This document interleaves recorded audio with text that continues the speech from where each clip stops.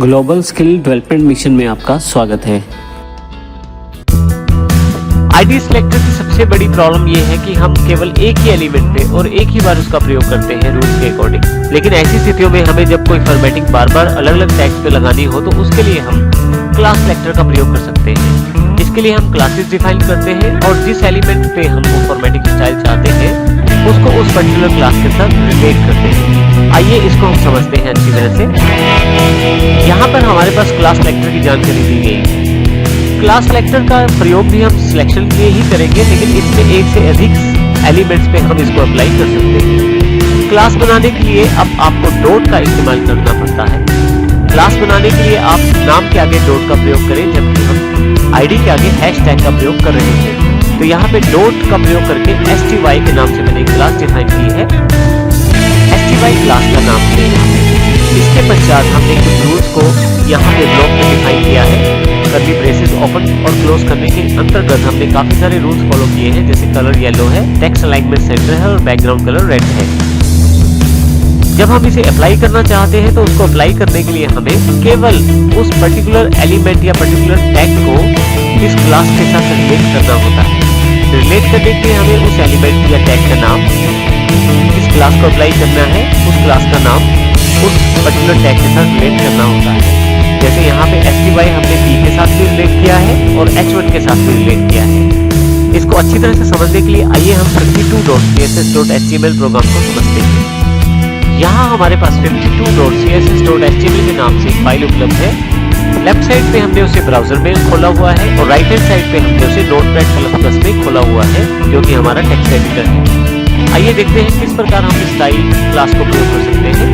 Style tag के अंतर्गत हमने डॉट लगाकर एक क्लास का नाम डिफाइन किया है, जो कि STY है। इसके साथ ही हमने कर्ली ब्रेसेस को ओपन किया है, कुछ रूल्स को फॉलो किया है, जैसे colour yellow, text align centre, background colour जो है वो रेड कर दिया गया है। फाइनली फिर ब्लॉक को क्लोज किया गया है कर्ली ब्रेसेस के द्वारा।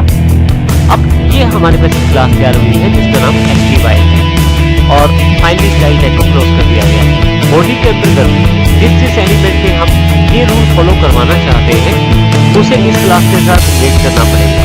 जैसे P टैग जो है हमारा, उसके साथ हमने क्लास लगाई है STY। ये लगाते ही हमारे पास ये सभी रूल इस पर्टिकुलर पैराग्राफ टैग पे एप्लीकेबल हो जाएंगे।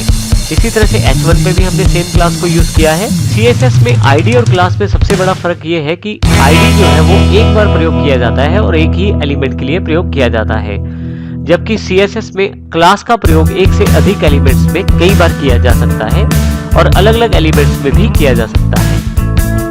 अब मान लीजिए यहाँ पे मैं एक और क्लास डिफाइन करता हूँ। जैसे उदाहरण के तौर पे मैं इसको कॉपी कर लेता हूँ और नीचे की तरफ पेस्ट कर लेता हूँ। STY के स्थान पर अब मैं नाम रख लेता हूँ इसका TEX। अब यहाँ पे मैं यदि रूल को चेंज कर दूं, जैसे कि यहाँ येलो की जगह मैं ग्रीन कलर कर देता हूँ और अलाइन सेंटर की जगह मैं यहाँ से लेफ्ट ले लेता हूँ। इन दो कलर्स को चेंज करने के साथ में जिसके साथ इस क्लास को रिलेट करूंगा .TEX को, तो मेरे पास यही रूल फॉलो हो जाएंगे उस पर्टिकुलर टैग पे। उदाहरण के तौर पे यहाँ पे मैं हेडर के साथ TEX क्लास को रिलेट कर देता हूँ और फाइल सेव कर देता हूँ। यहाँ पे मैं फाइल रिफ्रेश करता हूँ तो देखेंगे आप यहाँ पे जो टेक्स्ट का कलर है वो ग्रीन हो गया है और अलाइनमेंट जो है वो लेफ्ट साइड आ गई है। और फिर से यदि मैं चाहता हूँ इसको स्टाइल टैग में कन्वर्ट करना तो सिर्फ मुझे STY लिखना है,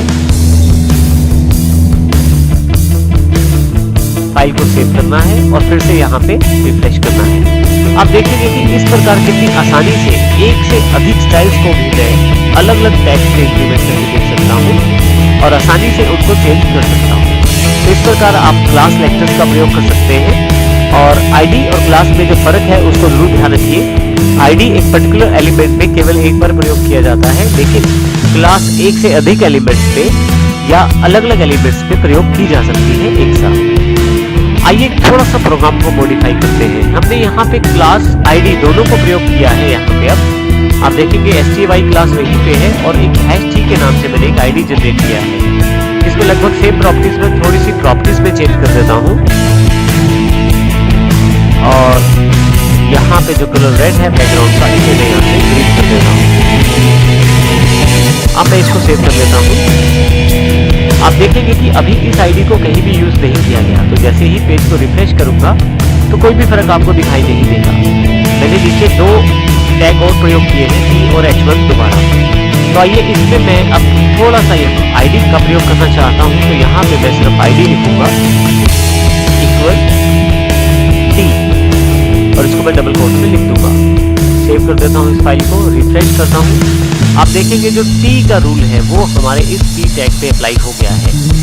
P टैग कई बार प्रयोग किया जा सकता है। आप चाहे तो क्लास, चाहे तो आईडी या आप चाहे तो एलिमेंट लेवल के सिलेक्शन को भी प्रयोग कर सकते हैं एक ही फाइल के अंतर्गत। जैसे कि यहाँ पे मैं P और H1 का जो फॉन्ट साइज है उसे चेंज करना चाहता हूँ तो वो भी कर सकता हूँ। इसके लिए देखिए यहाँ पे मैंने एलिमेंट सिलेक्टर अर्थात टैग सिलेक्टर को प्रयोग किया है, जिसमें इन दोनों के लिए मैंने अलग अलग फॉन्ट साइज डिफाइन किया है। फिर सेव कर देता हूँ मैं फाइल, फिर से ब्राउज करता हूँ।